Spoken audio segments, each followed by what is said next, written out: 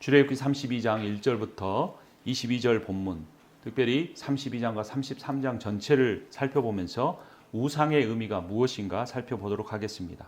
하나님이 이스라엘 백성을 이집트에서 구원하셨습니다. 모세를 통해 그들을 시내산으로 데려와 그들과 언약을 맺으셨습니다. 하나님이 신랑이 되고 이스라엘이 신부가 되는 혼인 언약이었습니다. 이 부부관계를 통해 십계명을 중심으로 하는 언약의 율법이 선포되었습니다. 신부 이스라엘은 하나님만 사랑하고 우상을 섬기지 않겠다고 맹세했습니다. 신랑이신 하나님은 이스라엘을 사랑하고 보호하시고 인도하기로 약속하셨습니다. 모세가 이 언약식을 주례한 뒤에 십계명 두 돌판을 받으러 시내산 꼭대기로 올라갔습니다. 그런데 40일 동안 모세가 내려오지 않자 이스라엘 백성들이 점점 불안해졌습니다. 오늘 본문 출애굽기 32장 1절 말씀을 우리 함께 읽도록 합니다. 백성은 모세가 산에서 오랫동안 내려오지 않으니 아론에게로 올라가서 말하였다. 일어나서 우리를 인도할 신을 만들어 주십시오. 우리를 이집트 땅에서 올라오게 한 모세라는 사람은 어떻게 되었는지 모릅니다. 그들은 모세의 형 아론에게 모세를 대신할 신을 만들어내라고 요구했습니다. 그들은 이집트에서 구원해 내신 여호와와 모세를 혼동했습니다. 아론은 그들의 말에 따랐습니다. 그들에게 가장 귀한 장신구인 금부치를 가져오겠습니다. 그리고 그 금으로 금송아지를 만들었습니다. 2절을 제가 읽고 3절을 같이 봅니다.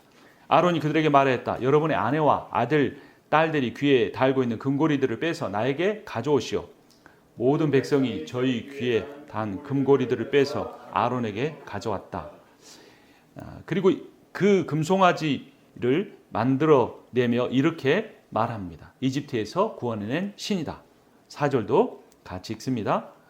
아론이 그들에게서 그것을 받아 녹여서 그 녹인 금을 거푸짐에 부어 송아지 상을 만드니 그들이 외쳤다. 이스라엘아, 이 신이 너희를 이집트 땅에서 이끌어낸 너희의 신이다. 이스라엘은 보이는 금송아지에 열광했습니다. 환호했습니다. 부르짖었습니다. 보이지 않는 하나님의 영광보다는 눈에 보이는 금송아지의 찬란한 황금빛이 그들의 마음을 사로잡아 버렸습니다. 그래서 그들은 이제까지 어떤 예배보다 더 확신에 찬 열기가 띤 예배를 드렸습니다. 6절을 제가 봅니다.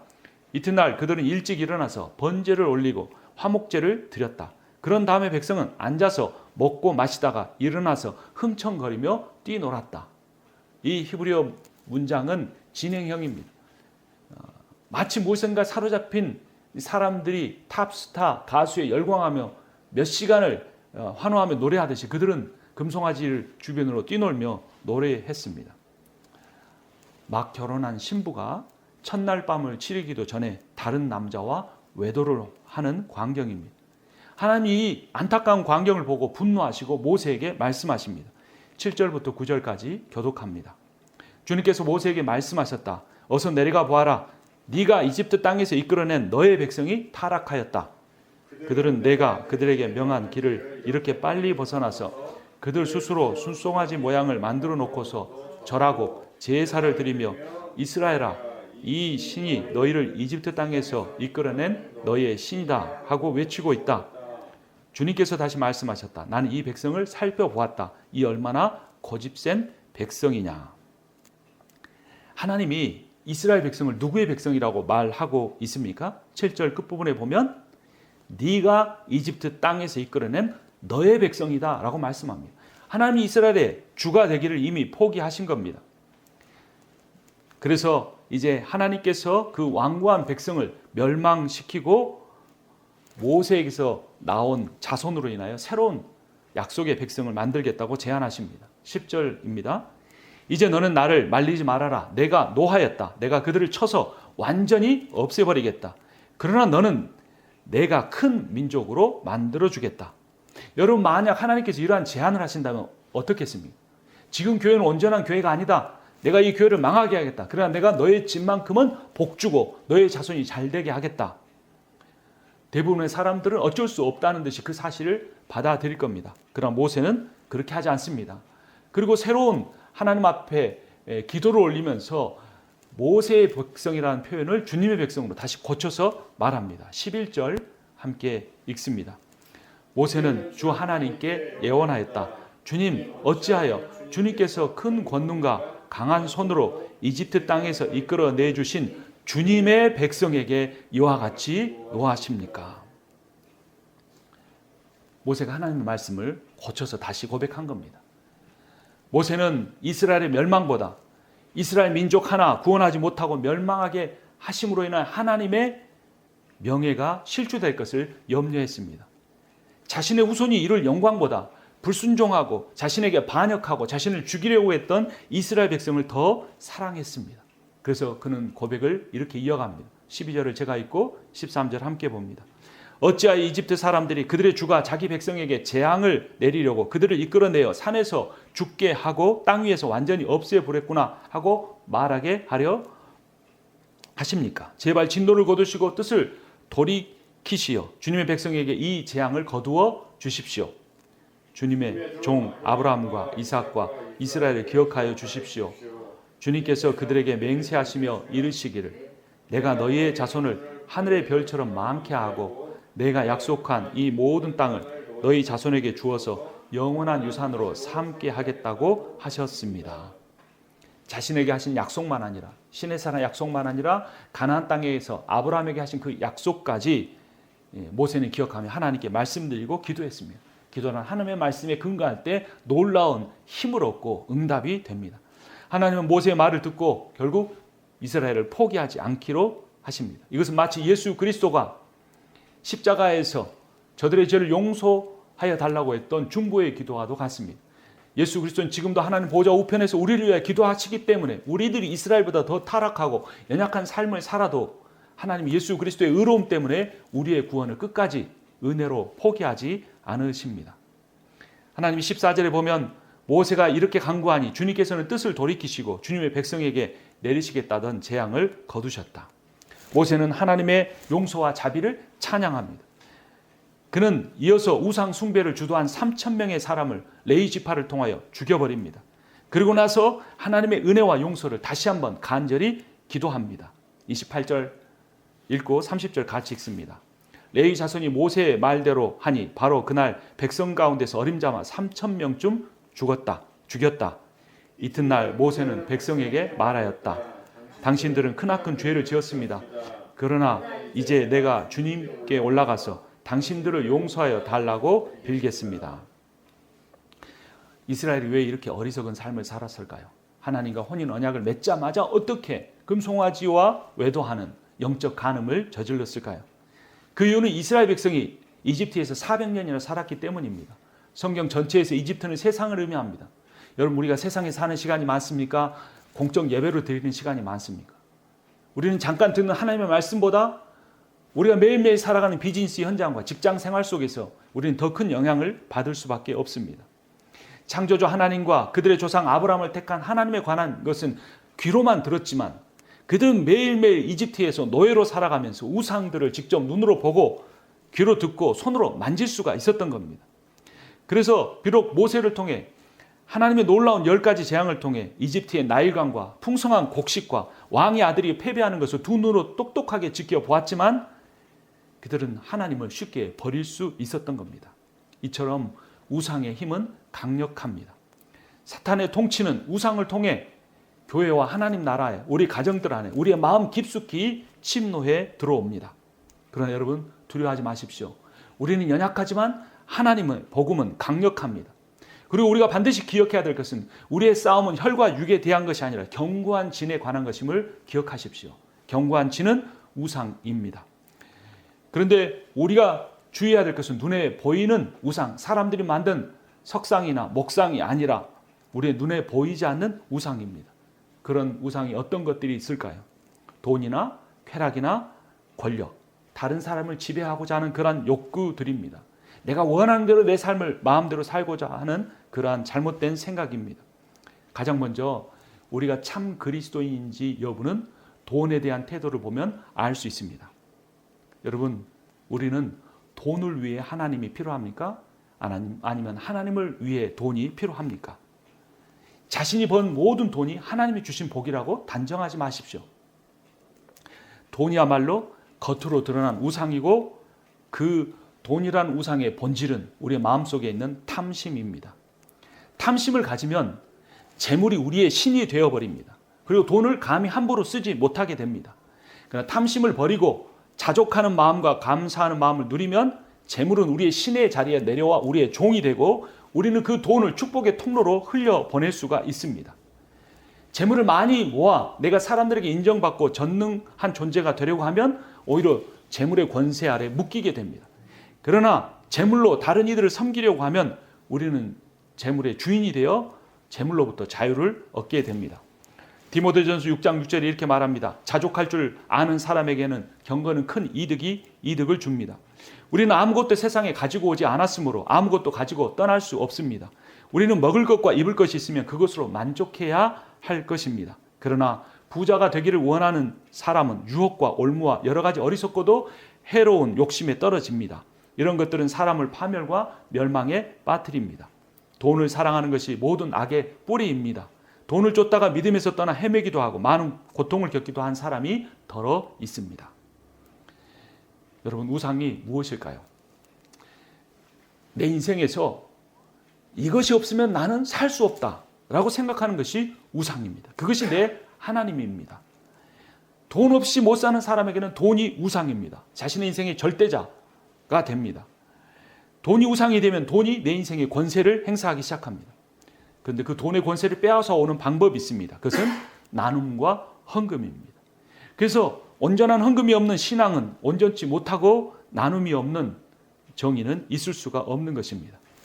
그래서 디모데전서 6장 17절에서 하나님은 우리에게 명령하십니다. 그대는 이 세상의 부자들에게 명령하여 교만하여 지지도 말고 덧없는 재물에 소망을 두지도 말고 오직 우리에게 모든 것을 풍성히 주셔서 즐기게 하시는 하나님께 소망을 두라고 하십시오. 또 선을 행하고 좋은 일을 많이 하고 아낌없이 베풀고 즐겨 나누어 주라고 하십시오. 그렇게 하여 앞날을 위하여 든든한 기초를 스스로 쌓아서 참된 생명을 얻으라고 하십시오. 돈이 많고 적음이 문제가 아닙니다. 돈을 쓰거나 쓰지 못함이 문제입니다. 돈을 잘 버는 것보다 더 중요한 것은 돈을 잘 쓰는 겁니다. 돈을 자신을 위해서만, 자신의 가족을 위해서만 쓰는 사람은 가난해도 악한 부자이지만 돈을 타인을 위해서 쓸 수 있는 사람은 부유해도 선한 가난한 사람이 될 수 있습니다. 그래서 예수님께서 부자가 하나님 나라에 들어가기가 어렵다고 말씀한 겁니다. 그래서 우리는 기억해야 합니다. 내가 가진 것이 내 것이 아니니 미련하게 움켜쥐고만 있지 말고 하나님 뜻대로 잘 써야 합니다. 마태복음 19장에 보면 한 젊은이가 예수님께 나와 말합니다. 나는 이 모든 것을 다 지켰습니다. 아직도 무엇이 부족합니까? 자랑스럽게 말했습니다. 나쁜 짓 하지 않고 거짓말하지 않고 착하게 살아왔으니. 그런 그에게 예수님이 말씀하십니다. 네가 완전한 사람이 되려고 하면 가서 내 소유를 팔아서 가난한 사람에게 나누어 주어라. 그리하면 내가 하늘에서 보화를 차지하게 될 것이다. 그리고 와서 나를 따르라. 모든 사람이 이렇게 살아야 한다는 의미가 아닙니다. 그러나 이 부자 청년에게 있어서는 돈이 우상이고 하나님이었기 때문에 모든 것을 팔아 사람들에게 나눠준 뒤에 나를 따르라고 한 것입니다. 그 젊은이는 이 말씀을 듣고 근심하며 떠났습니다. 성경 기자는 그가 재산이 많았기 때문이라고 이유를 굳이 밝히고 있습니다. 예수님은 떠난 뒤에 남은 제자들에게, 놀라는 제자들에게 말씀하십니다. 내가 진정으로 너희에게 말한다. 부자는 하나님 나라에 들어가기가 어렵다. 부자가 하나님 나라에 들어가는 것보다 낙타가 바늘기로 지나가는 것이 더 쉽다. 하나님을 비워낸 자리에 내가 채워 넣으려고 하는 그것이 무엇이든지 우상이 됩니다. 하나님이 아닌 것을 하나님처럼 떠받드는 것이 바로 우상이 됩니다. 하나님과 가장 비슷한 존재, 가장 하나님께 근접한 능력을 가지고 있는 그러한 존재, 하나님의 사랑과 같은 근접한 성품을 가지고 있는 인자한 존재, 그러한 권세자가 바로 우상입니다. 우리는 보이지 않는 하나님이 그런 분이심을 믿음으로 고백하고 따르려고 하지 않고 사람에게서 그러한 성품과 능력과 권세와 삶을 가진 존재를 우상으로 만들려고 하고 있습니다. 때로는 우리가 그런 존재가 되려고 합니다. 내가 이 세상에 존재하는 목표, 내 존재의 의미, 내가 믿는 것, 내가 나를 행복하게 만들어줄 수 있다고 생각하는 것, 내 인생에 가치를 두고 있는 것, 내가 가장 신뢰하고 사랑하는 그것이 바로 우상입니다. 인간에게는 특별한 능력이 있는데 하나님 우리에게 주신 좋은 것들을 우상으로 만들어내는 능력이 있습니다. 우상 숭배자는 위기나 고통이 오면 자기 힘으로 문제를 해결하려고 합니다. 그러나 하나님을 믿는 사람은 똑같은 상황에서 그분의 지혜를 신뢰하고 순종합니다. 하나님은 아브라함에게 하나밖에 없는 아들 독자 이삭을 바치라고 했습니다. 아브라함은 그 하나님의 말씀을 믿고 하나님의 인격을 신뢰해 그 말씀에 순종하려고 했기 때문에 믿음의 조상이 될 수밖에 없었습니다. 아브라함의 인생에서 가장 큰 사랑의 대상은 바로 이삭이었기 때문입니다. 인간은 무엇인가에 사로잡혀서 살 수밖에 없는 존재입니다. 그래서 내 마음과 생각을 늘 들여다봐야 합니다. 내 마음과 생각을 지배하는 것, 그것이 무엇인가? 그것이 바로 내 주인이고 내 하나님입니다. 아무리 내가 종교적인 열심을 내고 따로 말씀을 묵상하고 기도를 하고 선행을 베풀려고 살아도 그것은 종교적인 행위에 불과하고 내 마음을 사로잡고 있는 것이 내 하나님이라는 겁니다. 그래서 성령의 역사로 거듭나서 내 자아가 죽고 내가 성령으로 새로운 자로 태어나 주님을 영접해야 그때 하나님이 내 인생의 참 주인이 될 때만 우리는 우상에서부터 자유를 얻을 수 있습니다. 사람은 그 우상을 내가 숭배하고 있다는 사실을 숨기기 위해서 더 종교적인 열심을 갖고 교회 봉사를 하면서 살아가고 있습니다. 그래서 내 우상이 무엇인가를 살펴보려면 나의 가장 중요한 기도 제목이 무엇인가를 살펴보면 알 수 있습니다. 내 기도에서 하나님이 목적이 아니고 하나님이 수단일 때 그 기도조차도 우상입니다. 우상은 애정을 숭배로 바꿔버리고 사랑을 집착으로 바꾸어 버립니다. 할 수 있다. 내가 노력하고 기도하면 말씀을 묵상하면 할 수 있다고 나서는 사람은 종교적인 열심을 우상으로 만들어내지만 나는 할 수 없다고 주님만이 할 수 있다고 그래서 하나님의 때를 기다리는 사람 답답하고 두렵고 마음이 조급하지만 그 기다리는 사람은 일상의 삶조차 믿음의 삶이 됩니다. 그래서 기다림과 순종이 없는 가정이나 교회는 사람이 만든 우상으로 가득하게 되는 것입니다. 시편 40편 1절에서 기다림에 대해서 이렇게 말합니다. 내가 간절히 주님을 기다렸더니 주님께서 나를 굽어보시고 나의 울부짖음을 들어주셨네. 주님께서 나를 멸망의 구덩이에서 건져주시고 진흙탕에서 나를 건져주셨네. 내가 반석을 딛고 서게 해주시고 내 걸음을 안전하게 해주셨네. 예레미야서 3장은 이렇게 선포합니다. 나오는 것은 탄식뿐이다. 이제 내게서는 찬란함도 사라지고 주님께 두었던 마지막 희망마저 사라졌다.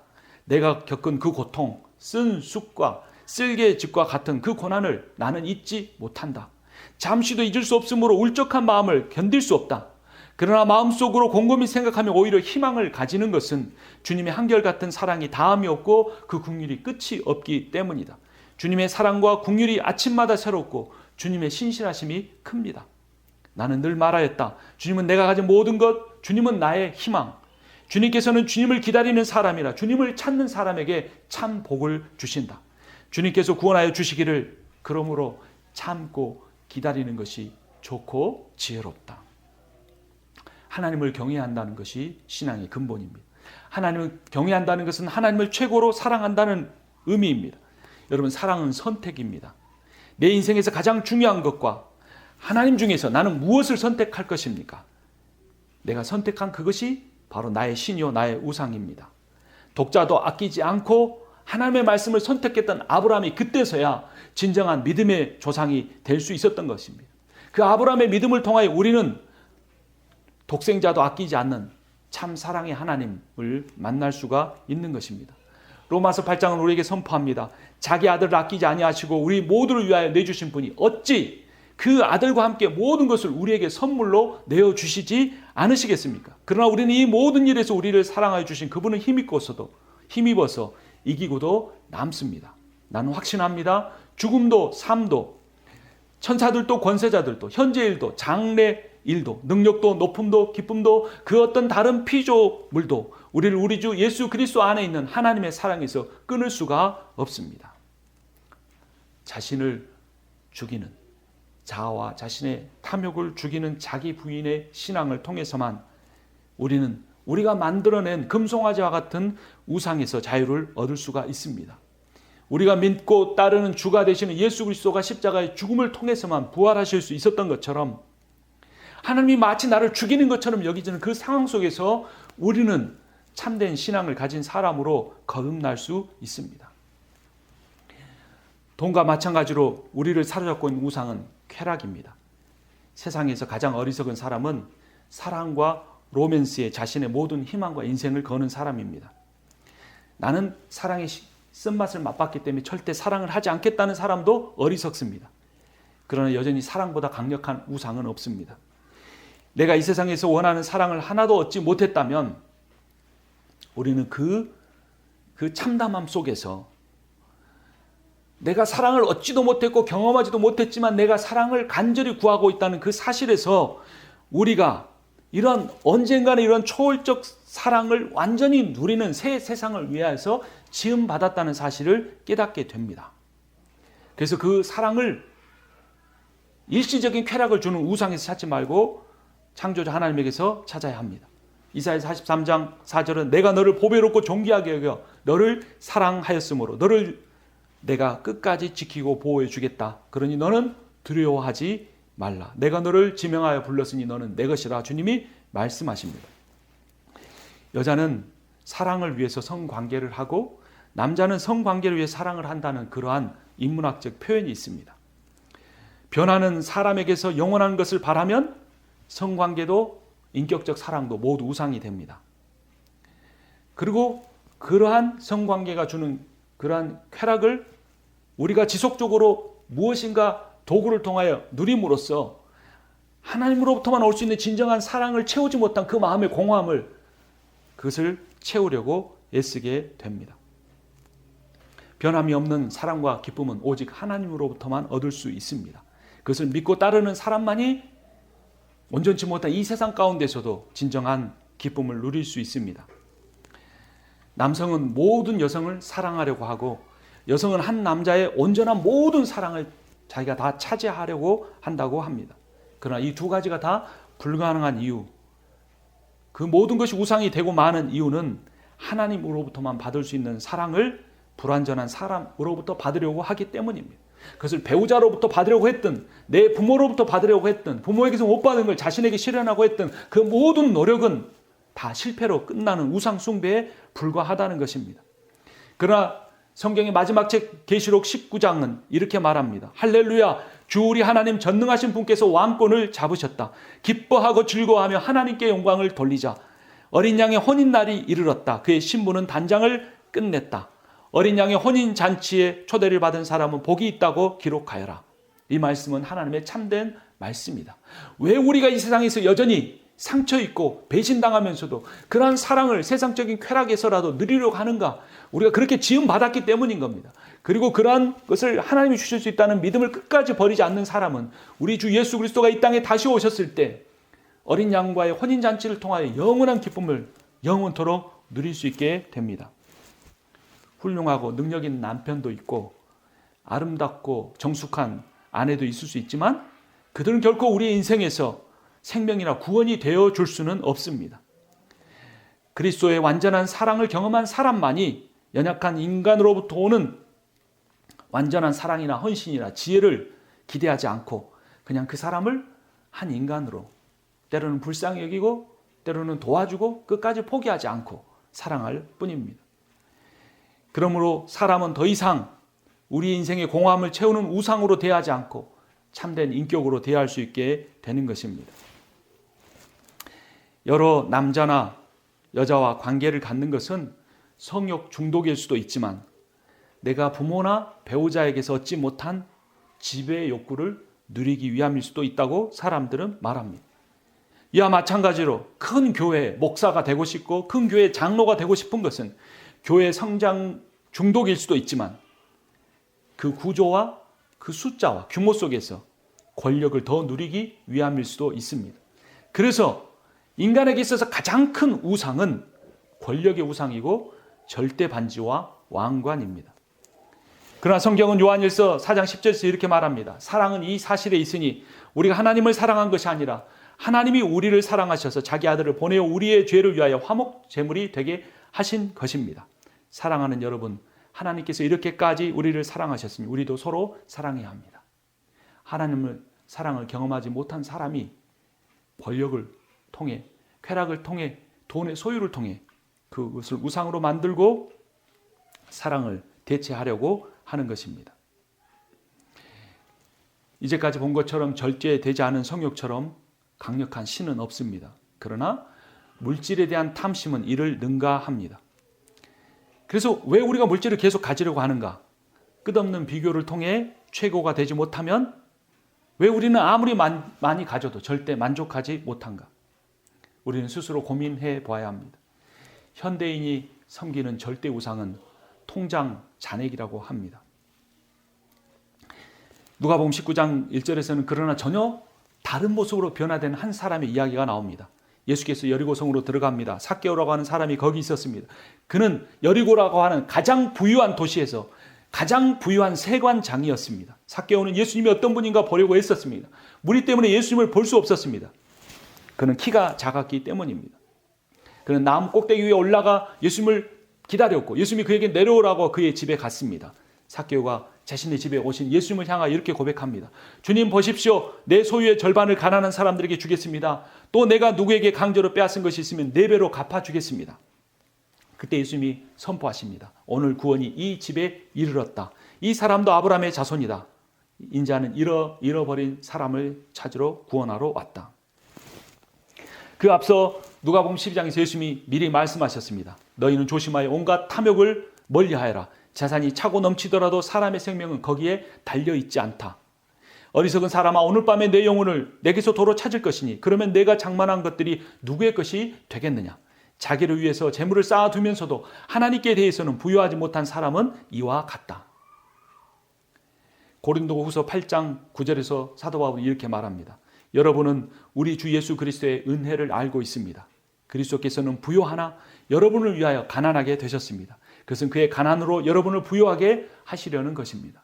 여러분 참된 부가 무엇인지는 예수 그리스도의 복음을 통해서만 깨달을 수 있습니다. 여러분 우리가 사랑하고 우리가 순종하고 우리가 신뢰하는 것이 우리의 신이고 우상입니다. 사랑하고 신뢰하고 순종하는 대상이 하나님이라면 우리는 하나님의 자녀이지만 그것이 다른 존재라면 우리는 구원받자마자 하나님과 혼인식을 베풀고 누리자마자 그 잔치가 끝나자마자 금송아지와 외도한 이스라엘 백성과 다를 바가 없는 것입니다. 재물이나 자녀나 배우자나 쾌락이나 성공이나 학벌이 우리의 우상은 사실 아닙니다. 이 모든 것들은 사람에게 타락한 인간에게 아담의 후손에게 수단일 뿐이고 목적이 아닙니다. 그 이미 모든 수단들을 통하여 인간이 궁극적으로 목적으로 갖고 있는 그 신적인 우상은 바로 자아입니다. 내가 신이라는 겁니다. 창세기 11장 4절은 이스라엘 백성들이 많은 세상의 사람들이 이렇게 말합니다. 자, 도시를 세우고 그 안에 탑을 세우고서 탑 꼭대기가 하늘에 닿게 하여 우리의 이름을 날리고 온 땅에 흩어지지 않게 하자. 바벨탑을 쌓은 목적이 하나님이 되기를 원한 것이었다는 겁니다. 이사야 12장 13절에서는 계명성, 사탄의 다른 이름을 향하여 이렇게 말합니다. 내가 평소에 늘 장담하더니 내가 가장 높은 하늘로 올라가겠다. 하나님의 별들보다 더 높은 곳에 나의 보좌를 두고 저 멀리 북쪽 끝에 있는 산 위에 신들이 모여 있는 그 산 위에 자리 잡고 있겠다. 내가 저 구름 위에 올라가서 가장 높으신 분과 같아지겠다 하더니 그렇게 말하던 내가 수월로 땅 밑 구덩이에서도 맨 밑바닥으로 떨어졌구나. 우리는 어떻게 살아야 이런 삶을 살지 않게 될까요? 갈라디아서 2장 20절을 우리에게 가르쳐 줍니다. 나는 그리스도와 함께 십자가에 못 박혔습니다. 이제 살고 있는 것은 내가 아닙니다. 그리스도께서 내 안에 살고 계십니다. 지금 내 육신 안에서 살고 있는 삶은 나를 사랑하셔서 나를 위하여 자기 몸을 내어주신 하나님의 아들을 믿는 믿음 안에서 사는 것입니다. 우리에게는 자아라는 우상이 가장 큽니다. 그리고 그 자아를 성취감은 우상을 통해 섬기고 있습니다. 성취감은 자신의 초라함을 감추기 위한 마약이고 술이라고 말합니다. 기쁨을 누리기 위해서가 아니라 불안을 감추기 위해서 인간은 끝없이 성취하려고 합니다. 성취의 기쁨을 얻는 데는 그런데 문제가 걸리는 시간이 술과 마약보다 훨씬 더 오래 걸리지만 그 성취감의 기쁨은 훨씬 더 빨리 사라지기 때문에 우리는 이 중독으로부터 벗어날 수가 없습니다. 성취를 통해 거짓 안정감을 얻고 위장된 자아를 확대하고 주변 사람들을 통제하려고 하고 핵심 집단의 내부자가 되려고 하고 모든 사람을 죽이거나 살리는 일에 기여하려고 하고 모든 것들의 꼭대기에 서서 최고로 인정받으려고 합니다. 그러나 인간의 어떤 성취를 통해서도 하나님만은 통제할 수 없습니다. 하나님만은 성취가 아닌 은혜로 구원하시는 절대자이시기 때문입니다. 여러분, 너무나 쉬워서 사람들이 믿기 어렵다고 말합니다. 하나님의 은혜와 사랑을 믿기만 하면 되는데 이게 이렇게 쉬울 수 있느냐? 그것 때문에 믿지 못한다고 말합니다. 그러나 여러분, 우리가 분명히 알아야 합니다. 성취는 성공을 통해서가 아니라 예수 그리스도의 복음이 나타내주는, 하나님의 은혜와 사랑이 나타내주는 자신의 연약함과 결핍을 인정하는 데서 시작되는 것입니다. 우리의 삶을 지배하는 것은 권력의 우상입니다. 대통령이 되거나 국회의원이 되려는 사람만 아니라 우리는 작은 집단 안에서도, 우리의 가정 안에서도 서로의 하나님이 되려고 권력이라는 우상을 섬깁니다. 권력만을 추구하는 정치는 조그만 실수를 해도 사람을 악마로 대합니다. 조그만 선행을 하는 사람도 우상으로 만들어 띄우려고 합니다. 정치인을 악마화하거나 우상화하는 것은 권력을 섬기는 종이 아닌 군림하는 우상으로 그들을 만들기 위해서입니다. 그러나 세상의 어떤 위정자와 달리 오직 예수 그리스도만은 섬기기 위해 자기 목숨을 희생하셨습니다. 우리는 그리스도인입니다. 그리스도인은 그리스도를 따르는 사람들입니다. 우리는 그리스도의 삶을 따라가야 합니다. 절대 권력은 절대 부패합니다. 절대 권력은 절대 무너집니다. 권력과 지배 욕구로부터 자유를 얻는 길은 십자가를 통해 자기를 부인하고 하나님께 복종하는 것밖에 없습니다. 성김의 교회는 어떤 교회가 되어야 할까요? 우리 교회만큼은 교회 성장이 우상이 되는 교회가 되어서는 안 됩니다.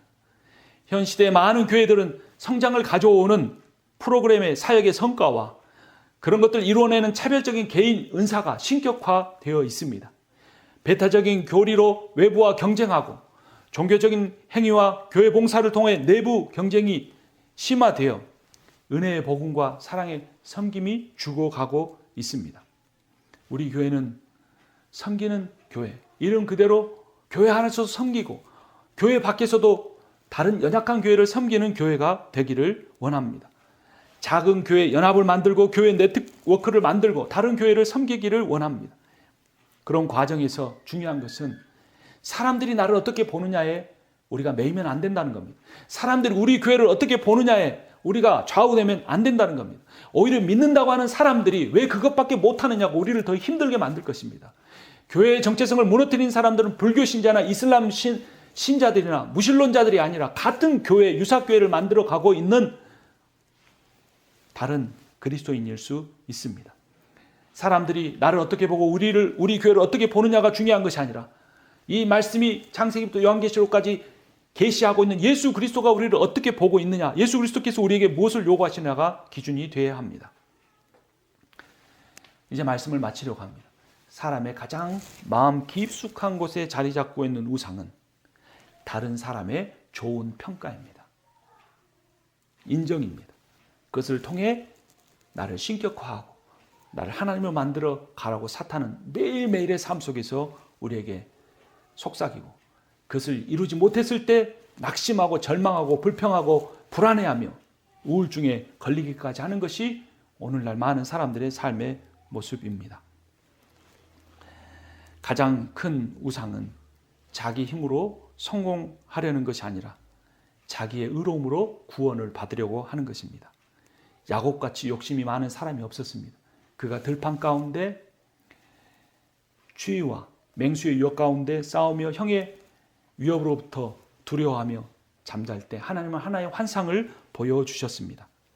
야곱은 사닥다리를 타고 자기의 노력을 통해 하나님께 오르려고 했지만 하나님이 그 사닥다리를 타고 자신에게 내려오는 환상이었습니다.